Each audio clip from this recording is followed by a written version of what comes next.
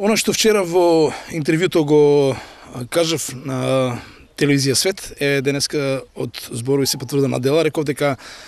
утре, за днешниот ден, ќе започне осветлението на улицата Ангел Трајчев, започнува, нека е со среќа, значи уште една улица која што е од дел од програмата која што беше ветена од моја страна се реализира, со тоа што, да напоменам, овде одиме со 2 слоја, значи 7 плюс 4 см асфалт, значи 11 слоја асфалт. На улица претходно сменивме